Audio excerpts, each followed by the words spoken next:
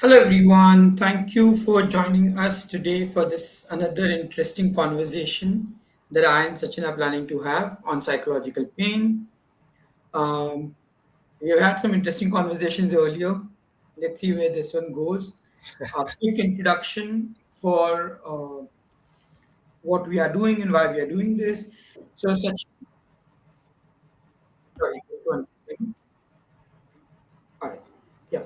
So, Sachin and I have been having these conversations almost on a alternate week basis now for some Yes, time, yes. and we cover a variety of topics ranging from different things related to mental emotional health, addictions, skills that psychology students can develop, and a variety of other topics which are in the same realm. Welcome, Sachin. Thank you for joining us again this week. Thank you so much for having me again. Super. And if you could just give a brief introduction about yourself before we get started. Right. So I think I'll just, instead of having that same introduction every time, maybe I'll just continue from where you started. So we have come together where Nitin is coming from this um, coaching perspective, which has dealt with training uh, psychologists, life coaches, trainers to help mankind reach goals, attain the best that they can. And I think my exposure has been on the opposite side of the spectrum almost. I feel my training and coaching experience has been more with people who are struggling with distress, despair, or even suicidal thoughts at the emotional crisis end. And I think both of us, my experience has been working in this space of suicide prevention for over 15 years. Currently I'm with about three organizations. I'm a co-founder and director of training with Ankahi Helpline. It's a suicide prevention helpline based out of Mumbai, open every day for free from 4 p.m. to 10 p.m. And you can access help if you are distressed, despairing, or even suicidal. You can call for free, and you will be assured that there's a person who would listen to you anonymously, confidentially, and without any judgment. Right? So that's one helpline. I'm also the president of Befrienders Initiative, earlier Befrienders India, which is an umbrella organization under which 14 suicide prevention helplines work across India. You can have more details on our website. In addition to this, I'm also the founder and director of training at the Connect Hut, where our vision has been to make mental health simple and accessible to the common folks. And I think this is where our shared interest comes in. For me, in crisis intervention, prevention, postvention, whichever way you look at, and for you, from taking humanity on that. But we are both struggling with human beings dealing with pain. And I think because of our interesting conversations, we came together like, hey, we seem to have a lot of interesting conversations.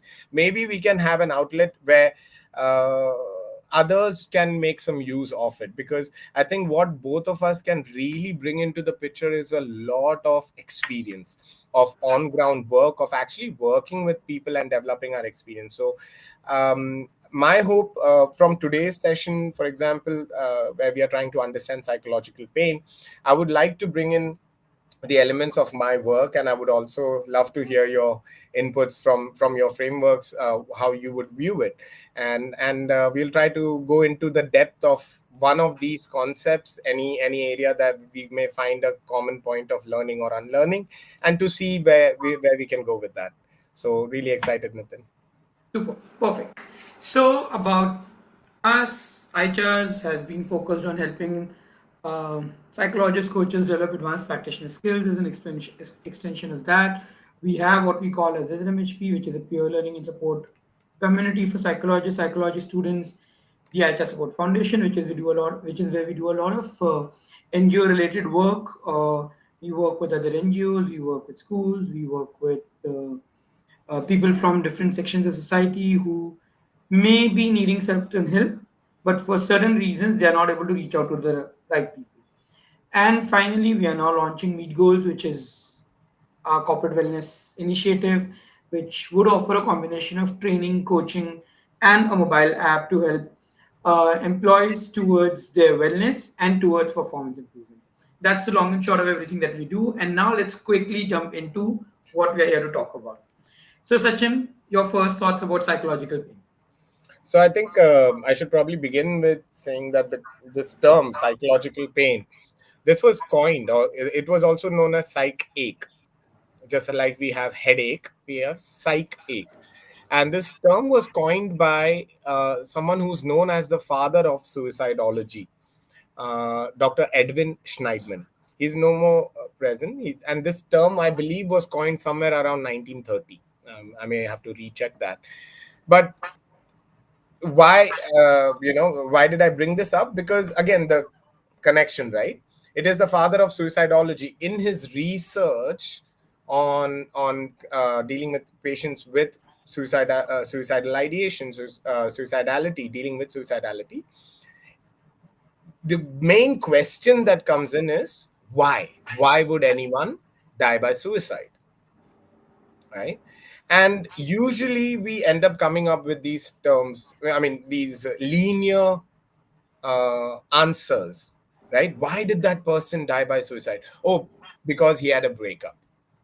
Or lately we are beginning to hear because the person didn't score enough, or the Instagram account got hacked, or one reason or the other. We tend to have these situational incidents that happen in the world, and we had associated suicide to be a reason ki, okay, why did this person do suicide? Because he had a massive thing that happened to him. But then what was this creating? This was creating a lot of ignorance. What do I mean? Because for example, Nitin, there's a person who died by suicide, and I read news and I saw that he died because he had a heartbreak, breakup ho gaya. Now when I am reading this, right, I will, what will I do? I will project myself, right? I will connect with it. I'll be like, oh, even I had a breakup. It felt horrible. It felt like the end of me, and my world tore apart and all of that. But I didn't kill myself, right? So how will I now understand why did this person die by suicide? Because breakup isn't the reason, right? Because I had a breakup. But this person died by suicide. And because there was no further understanding of suicide, what would this, a linear exact understanding that would come out of it would be, he must be weak or she must be weak, right? This is where that entire concept of weak and strong starts coming into the picture. That person killed himself because he had a breakup, but obviously breakup में इतनी बड़ी क्या बात हो गई, तो फिर वो weak है या पागल है या all of this stigma, all of this is coming from misinformation or wrong information. So when he did his research, he came to realize there was this one component, this intangible. Somehow you can't like put a finger on it, right? Like you can't physically see it. There's this component that kept on coming up, and that is how we discovered. Like this term that he came up with was psychological pain or psych ache. Now, in simple words, this I'm trying to give the origin of it, but what does it mean, psychological pain? And in my trainings, the simple statement that I make is psychological pain is any and every unhealed trauma that you have. I cannot make it simpler than this in terms of a sentence that I can give you, but unhealed trauma. And when I say unhealed, I'm not talking about awareness. I am aware of my trauma isn't helping you necessarily. It is about healing from that. And maybe we can even look into what does this mean? What does healing even mean? What does this trauma mean? I mean, I don't know. Where does your mind go with what I've shared so far? Okay. So I think what you've covered makes a lot of sense in terms of being able to cover the history of psychological pain and how many a times the overall impact of psychological pain is misunderstood simply because people see the final action, whatever the action is, and then they try to connect it to something which is very immediate, not realizing that there could have been a prolonged pain that the person did not know how to manage, how to handle, and then eventually all of that reaches the state where it reaches for a person to do what they've done. So I think that summarizes everything quite clearly and quite effectively. Thank you.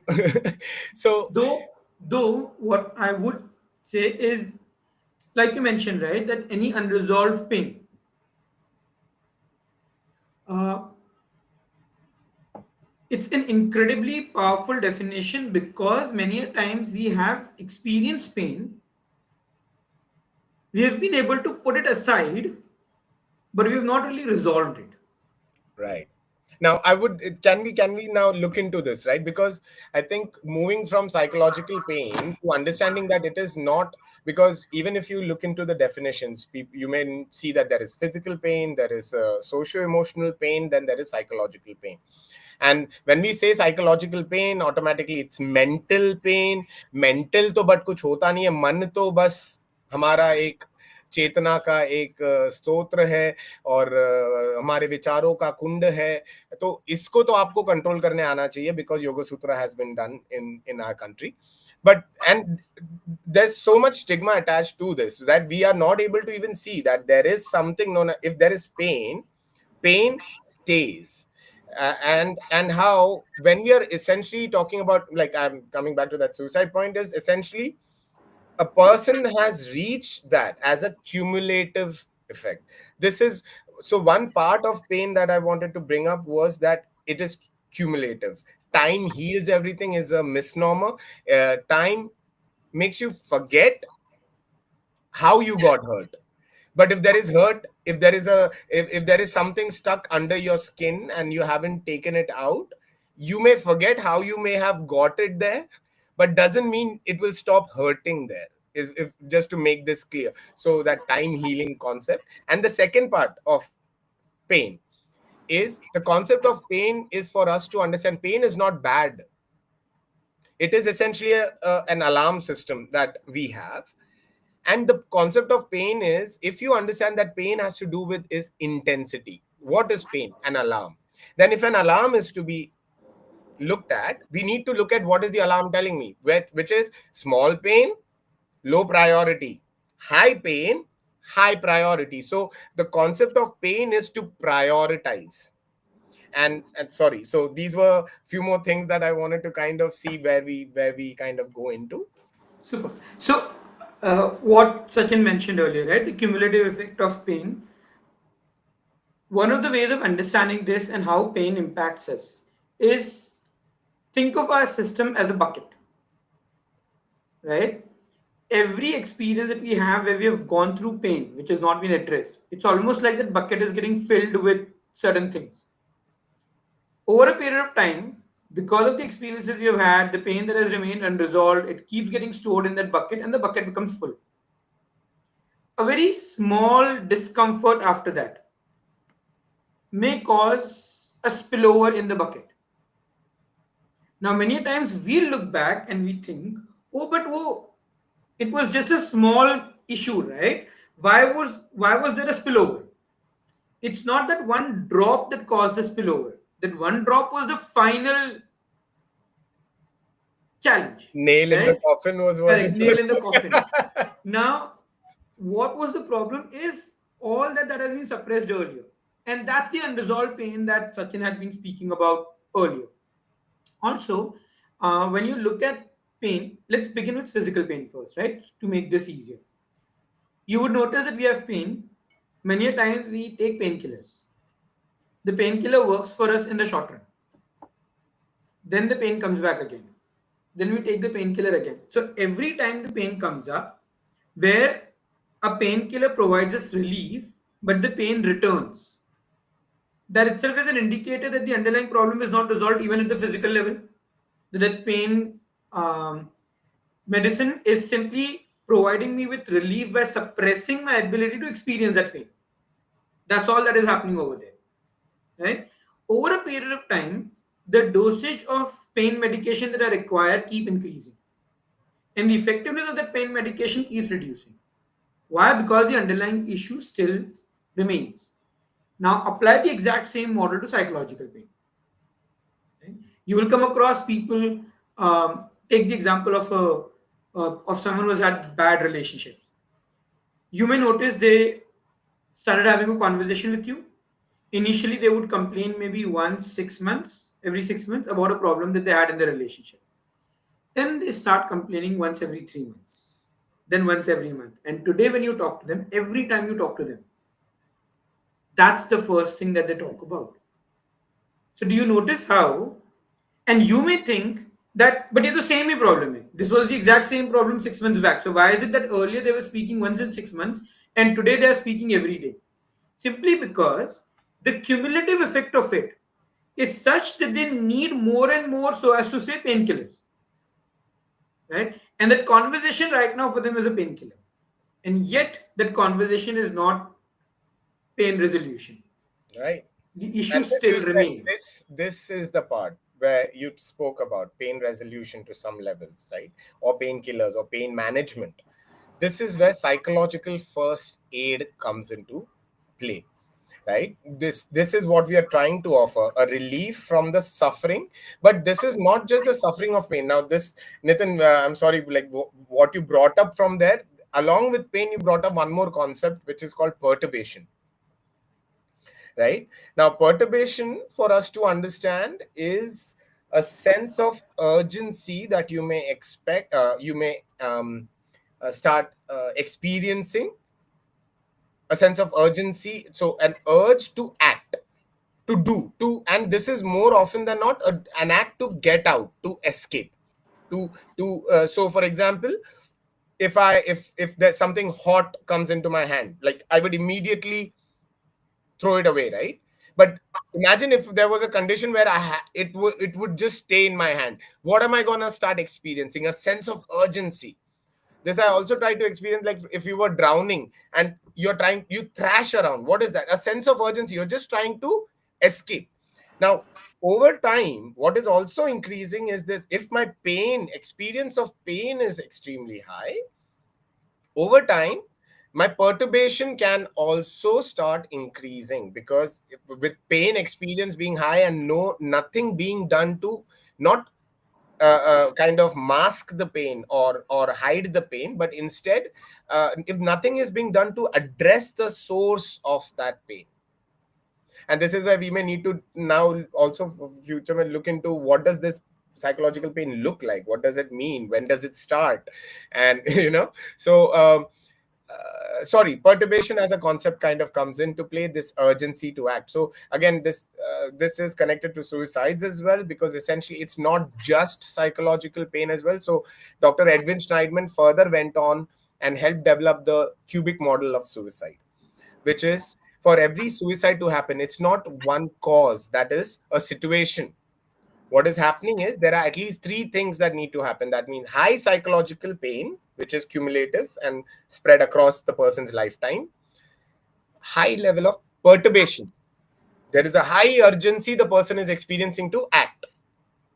And in this, so this person is experiencing this, and in this, you add the third P, which is a pressor, or a negative life situation. This is that needle that you were talking about, and the nail you were talking about. This last thing. So it could be a breakup, it could be any situation that the person perceives as a negative life experience. If this were to happen in that ideal situation of high psychological pain and high perturbation. So, sorry, please continue. Yep. So I think that that makes complete sense. And while Sachin is speaking about suicides, this is true for a lot of other things. There are so many people who have prolonged psychological pain because of which they get into addictions, because addiction becomes a way for them to control that or The manage painkiller, that, the right? painkiller that you were speaking of, right? Correct. The painkiller. I know of people who actually get into physical harm because they want to take care of their psychological pain. So when I was recently in one of the sessions and I was working with a client, I the client told me that I got involved with a physical self harm, and I asked them for what reason. They said, the thing is, when I cut myself, there's almost like a chemical release that happens in my body to provide me with relief from the physical pain, Hmm. and simultaneously that provides relief from a psychological pain, which I don't know what else to do about, right? So imagine the degree to which psychological pain can influence people. Uh, Exactly, Nitin, and that's a with very important point correct. because Sachin, sorry, go on, go on. just before we go ahead. So when we talk about suicide, still the idea is that the client or the person is thinking, all right, this will bring everything to an end, right? In case of a physical harm, they are not actually looking at killing themselves, and the person is telling me, I am not looking at killing myself, but I know that prolonged physical pain can actually help me mask or manage my psychological or emotional pain. Exactly, That is the degree of discomfort that people can experience. Sachin, exactly. you're saying something. And what you have shared, you have essentially spoken about NSSI, non-suicidal self-injury, right? And in fact, you will have clients who will share that they harm themselves or self-harm to deal with suicidal thoughts, right? Because again, the concept of psychological pain, I spoke about intensity, low intensity to high intensity. High intensity, if you're looking at that alarm, how is the mind saying that I'm in a unbearable pain, is where suicidal thoughts start occurring, right? And this, so again, what the person is experiencing is could toot gaya hai, it's broken and I'm experiencing high level of pain, but there is no physical tangible, experience for this.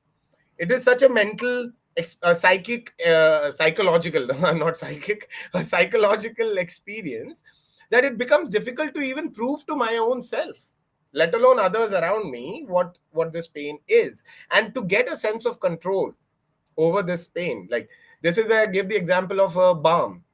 People use tiger balm and all these things, right, when they have a headache. Is the balm actually curing the headache, the source of it? No. What is it doing? It is burning your skin. And burning your skin is allowing you to move away. Your mind, your brain is getting distracted, your body is getting distracted from the pain and urgency, and it's like, oh my god, there's something wrong in this side, I need to focus on this part, and the alarm is ringing here, I need to pay attention here, right? Same way, what is the person doing through self-harm? It's exactly the same thing. And the most unfortunate bit of this, Nitin, just like you mentioned about earlier, addictive processes, even self-harming can become addictive, right? So this is again, so imagine for the person dealing with this, and how much more knowledge mental health professionals would need to help support a client who is dealing with this, right? Because it's not a case of, "Arey, you just stop cutting yourself, what the hell is wrong with you?"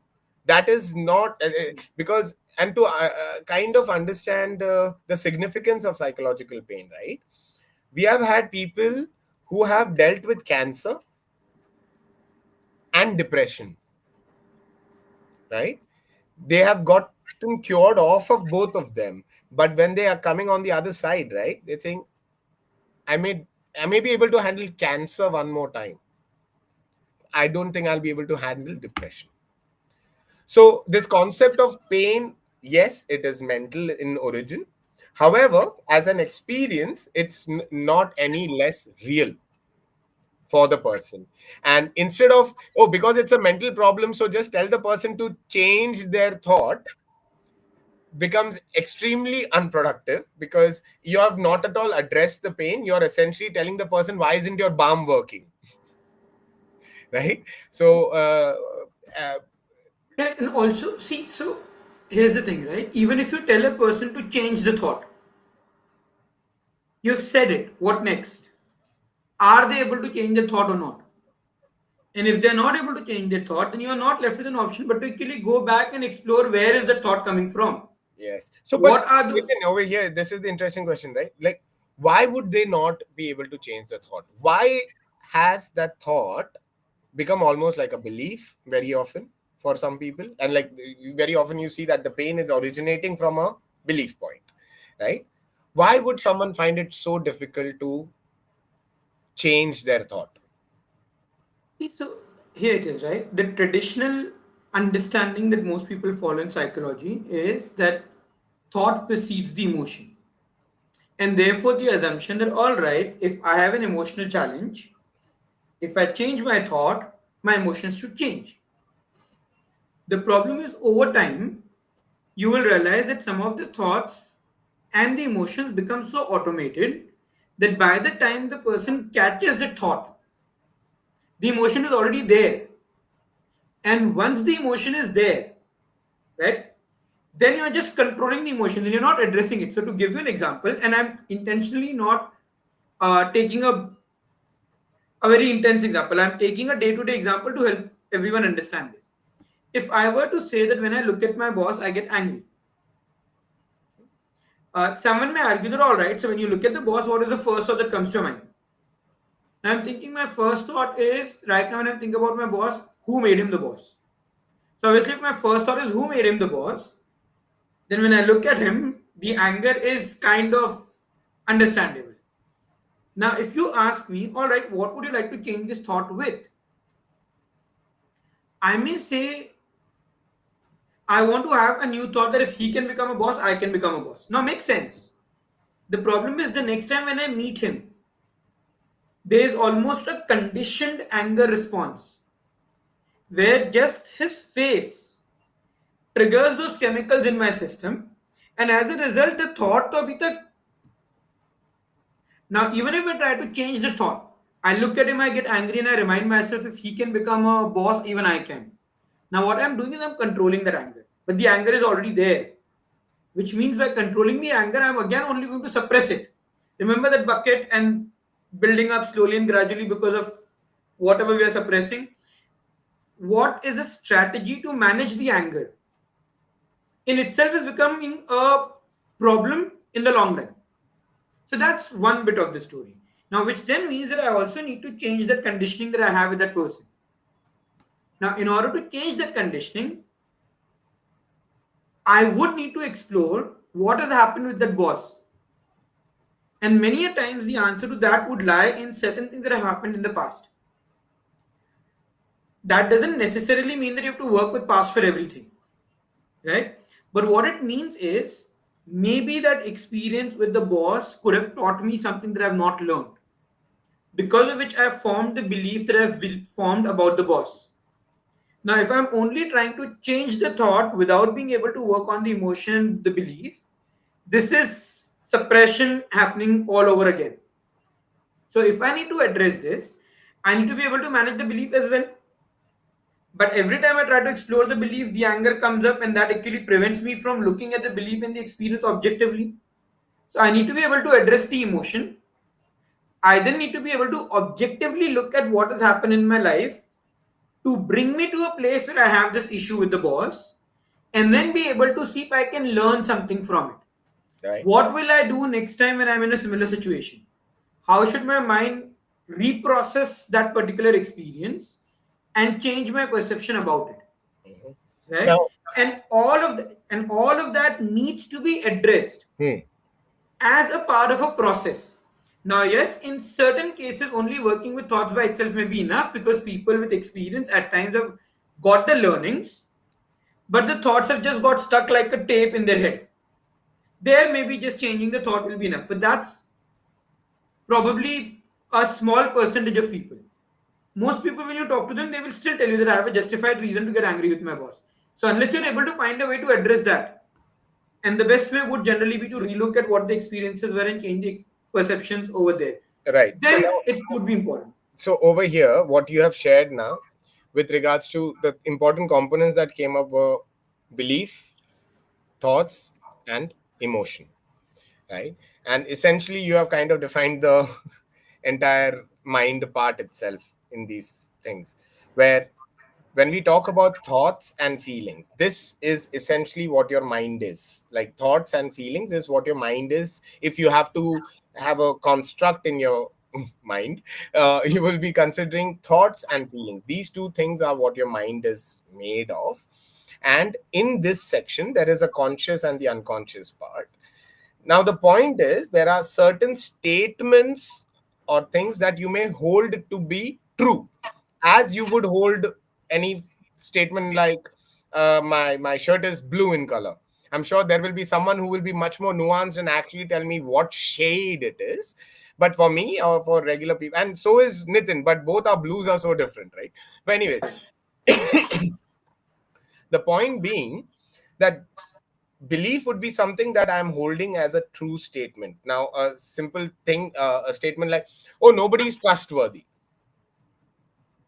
I can't trust anyone. Nobody is trustworthy. I have to be careful. If I trust anyone, they're going to take advantage of it. Da, da, da, da, da. This is the rumination that happens. But I am, one shouldn't trust anyone. Nobody is trustworthy. So this is a belief. Now, for me as a person, consciously, I'm just simply aware. Like, yes, there are probably millions of people who are very trustworthy. I may need to develop relationship with them. This is very consciously. I know this is logic. This would tell me that. But what is belief? What do we mean here? This is almost an irrational, right? I'm saying irrational because we are actually calling it fact in our mind, that this is a fact, period. And this is why it is an irrational aspect of it. And we are saying that this belief is so strong that the opposite doesn't exist for this person, right?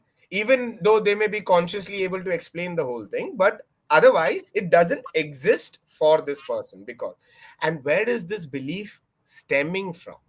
Belief forms through two things, essentially, what I've observed. Please feel free to explore, expand more. What I've observed is these two come from either repetition, repetitive exercise or practice or change, or trauma, right?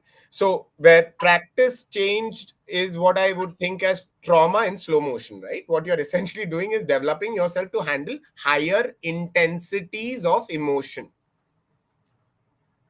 right? And trauma is where you are experiencing a moment where you should have been trained at 10 level on, different aspects of your physique and mind and all of that.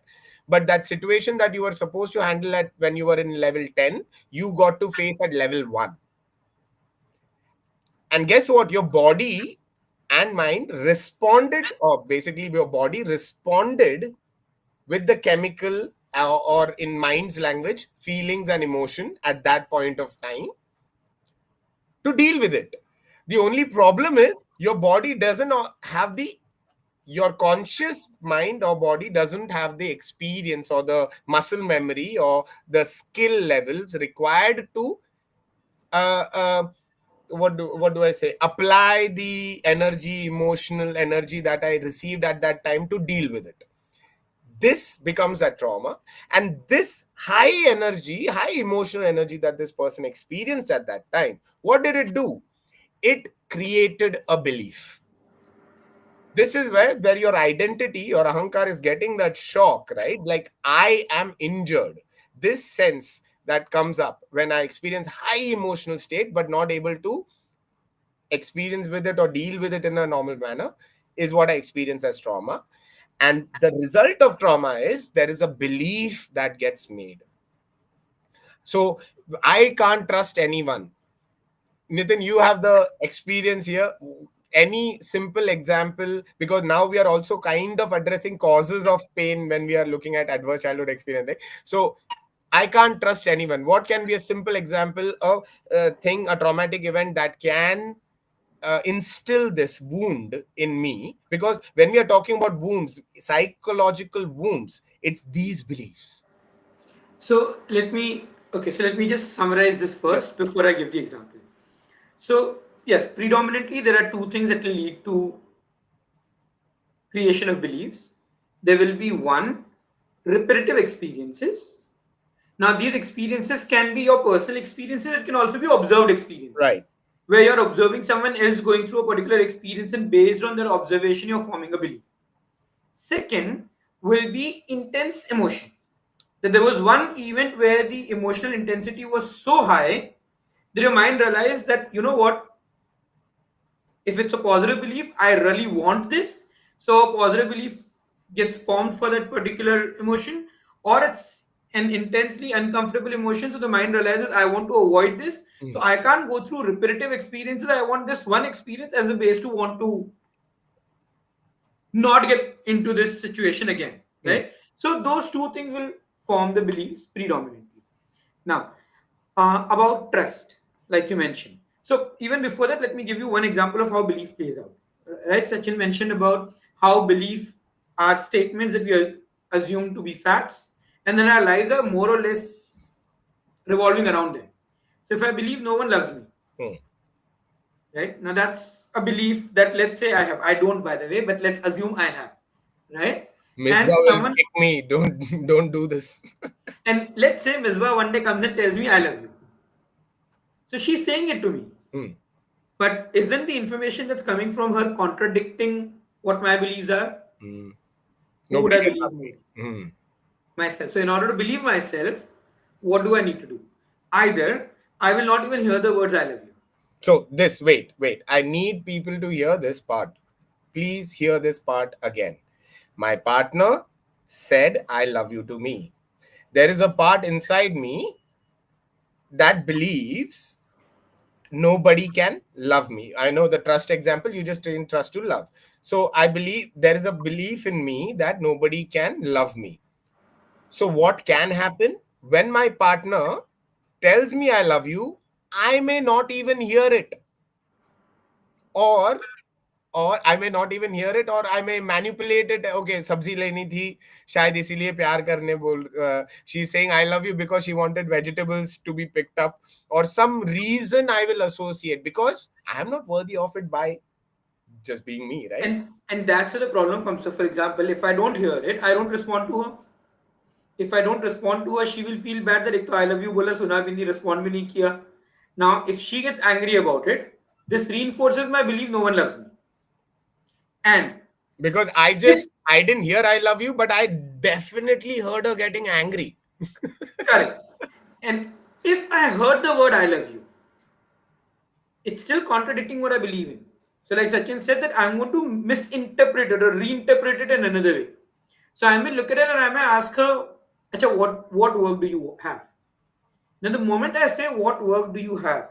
When She my feels partner is telling insulted. me I love you, what do you expect her response will be? Now she gets angry again, and that reinforces the idea. See, I said no one loves me. She gets angry with me even though I'm asking her, what can I do for you?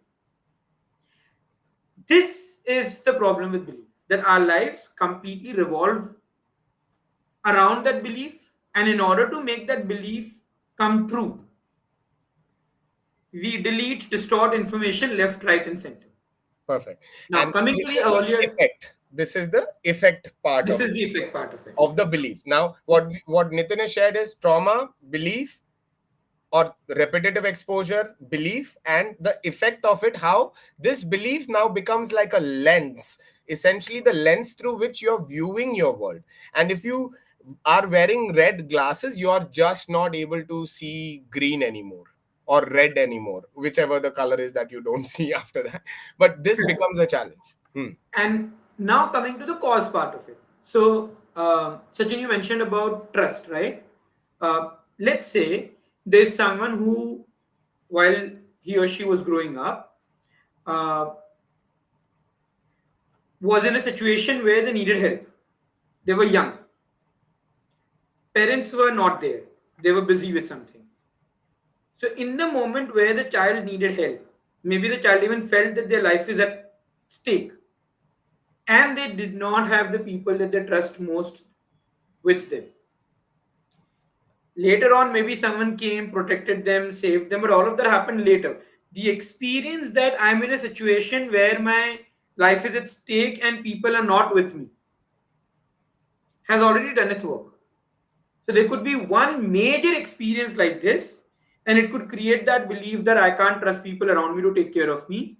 Um, or there could be small instances. For example, when I was young, my parents told me that they would take me to a gift shop on my birthday.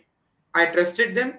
They told me that I need to be a good child, so that they will take me to the gift shop. I was a good child, and then when the day came, they, for whatever reason, maybe they had a good enough reason for themselves, but I did not know. So, or even if I knew, maybe I wasn't smart enough to understand as a child then. I thought, you know what, I did what they asked me to, and they did not keep their part of the bargain. I can't trust them.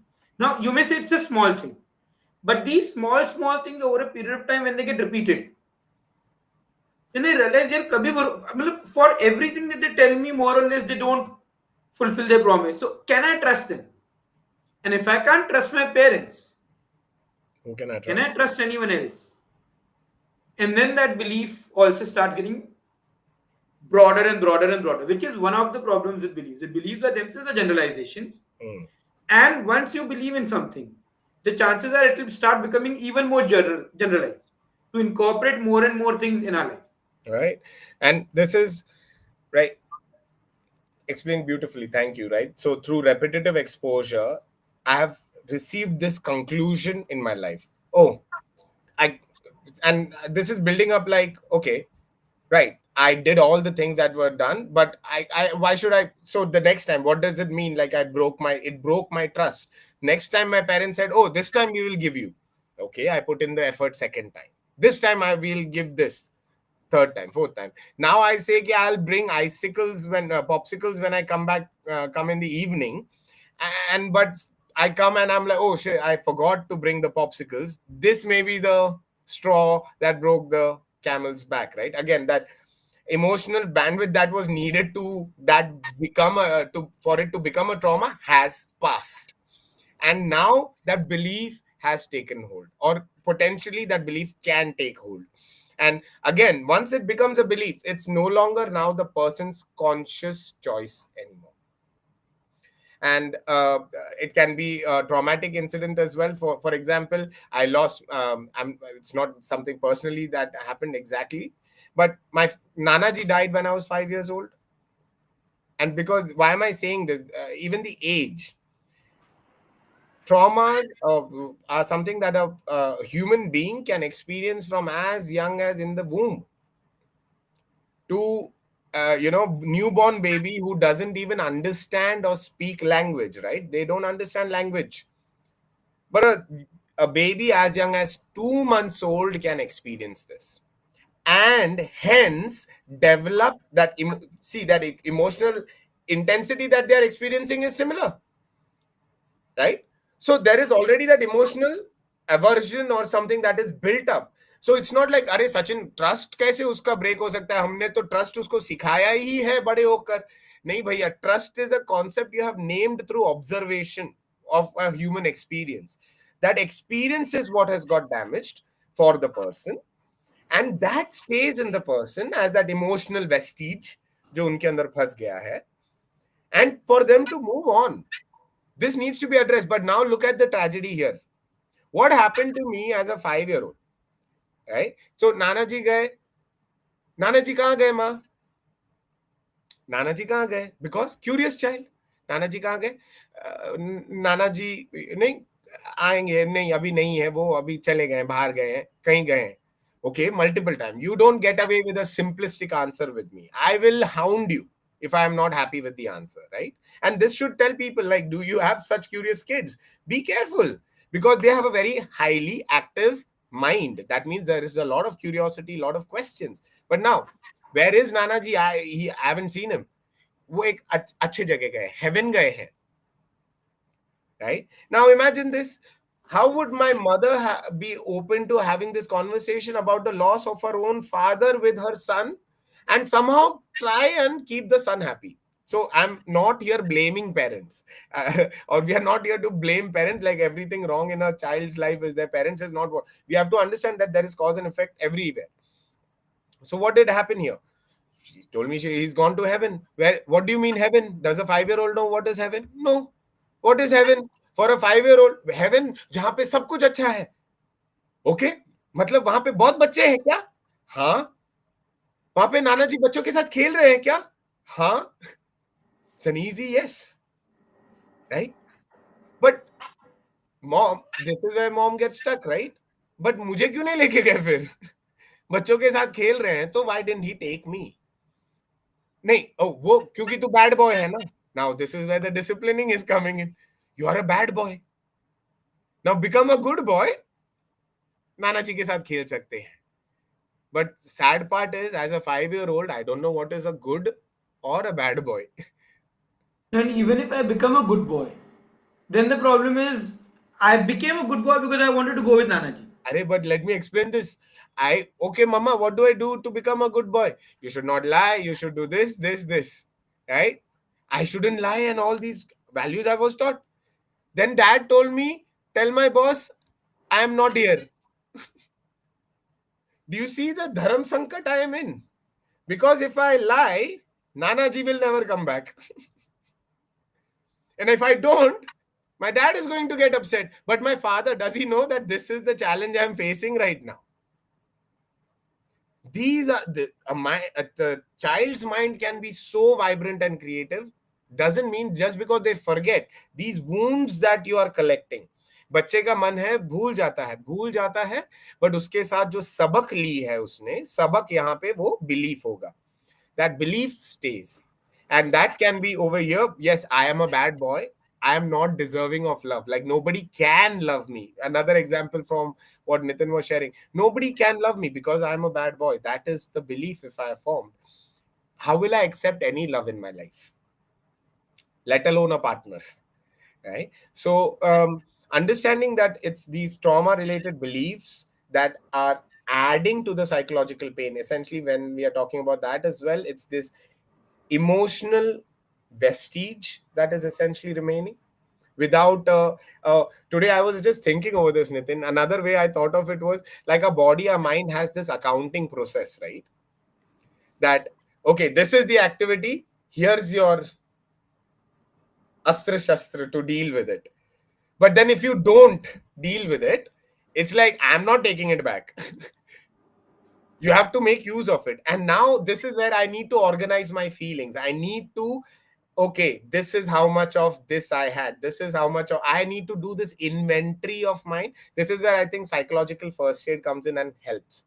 That I have this emotional ball inside of me which I'm experiencing it as, but what does this ball mean, what is this ball made of, is where my internal exploration of emotions, and this is where our emotional first aid may, where we focus on helping the person reach their feelings, where it's not just their thoughts but assigning articulation to these feelings, helping the person see inward, and it not just being with this solution focused approach where we first look at addressing that pain. Where is that, what are these beliefs, what are the associated feelings, and like with every trauma, this emotional intensity we are talking about, we are essentially talking about this explosion of many different emotions, many different chemicals, and it is about articulation of each of these individually that essentially leads to somewhere, at least leads to the beginning of healing. I wouldn't call anywhere call it healing, but to the beginning of it.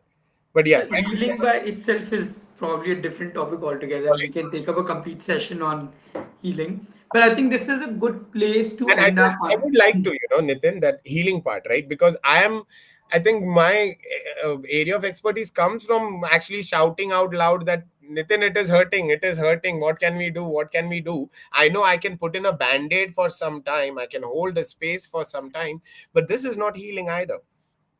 It is the first step. So I would definitely love to explore that part with you in terms of what would healing look like, and why is it that we find it so difficult to believe that someone else around me is in pain? So I would, okay, so like I said, I think what would healing look थोड़ा like? We will philosophical हो take रहा that. है. Nay, which is completely fine. In fact, it's actually a very good topic, but I really think the topic deserves its own complete conversation.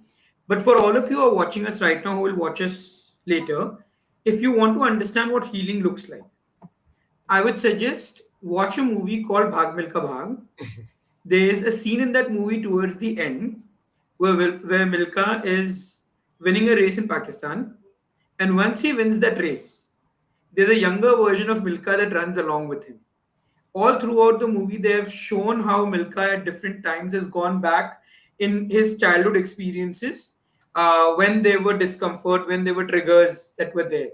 And then in that moment, when he wins the final race or that race in that movie, there's this young child running after him or running with him. And for the first time, they show a smile on the child's face. And with that smile, the child disappears. So, symbolically, metaphorically, this is what healing would really mean. But what it entails, how do we help people heal? Could you break that down a bit more? It's a beautiful metaphor that, like, example that you've shared. But could you break down a bit more as to what happened? Why did that child smile? Why would you call that healing? So that's exactly what we'll cover in the next uh, conversation that we have. No, the reason I'm saying that is because to understand that, we really need to get into exploring the meaning of healing and how at times people may have gone through therapy for years and years and years, and yet they may feel that the healing is not complete. And there are certain people who may never have gone for therapy, and certain experience happens and they feel and they actually get healed. So, what is it that makes them reach that space where their system can actually come to terms with that trauma, that intense emotional experience that they've gone through, right? So that requires a lot more in-depth discussion. So I promise next conversation that we have, that's the conversation that we'll have on Can I healing. from my side then add something to this then? Please, you can. I shared where the part of accounting, like as human being, what we are essentially doing is this accounting thing. This has gone out, and we have to make an account of this is what it was, this is what it was, and right now I have accounted for my existence, right? Everything, every piece of information that I have, I know, and I can present. And the third component of this is being able to share it. What I have collected, being able for it to be witnessed, this becomes that core need. And I feel like the journey of healing would also have something to do being witnessed, as for what I am, who I am, and what is in me, and that feeling acceptance and compassion from that witness. Yeah. So those all will be parts of what healing would be. But at times, healings could, especially from a therapy point of view, healing could include a lot more in Organized work. a lot more organized work and a bit more structured understanding of what we are trying to achieve through the healing process, Hmm. right? So with that, we will get back to you next week for sure. I hope all of you have enjoyed this conversation that we have had today. um, it was a different topic, interesting conversation. We have looked at what psychological pain is. We have spoken about the causes, the effects of the psychological pain, and addressing that psychological pain is what healing is what we will discuss in the next episode. Awesome. So Thank you, healing Sachin. from Anything that you would like psychological. to add towards the end? I know. I'm really looking forward to the next one, like healing from psychological pain. So I hope if there are any other questions that can come up from this part of understanding psychological pain, um, if there are some questions that because we have spoken over a lot of theory very nonchalantly, हमने ऐसे ही बात कर दिया, but there is a lot of things to explore in what we have shared as well. So if there are any further questions in that, please do share. We would love to engage with them as well, and looking forward to our next talk. And also, just towards the end, see, this conversation that I and Sachin have is very unstructured generally. We just go along with the flow, and there's a reason for it because otherwise, there's a lot of other work that we do where there's structure, there's um, some amount of planning in terms of how we will structure the entire sessions. In these conversations between me and Sachin, we are not doing that from our side, that's intentional because we feel that at times in a free flowing conversation, there are certain things, certain ideas that emerge that may not come up during a structured conversation. But if you feel you would like us to change something in the way we go about things, or if you like something that we are doing, please share with us. It just gives us a feedback in terms of how we should proceed from here as far as this series and these conversations go. Thank you. Thank you once again. Bye bye. Good night. Take care.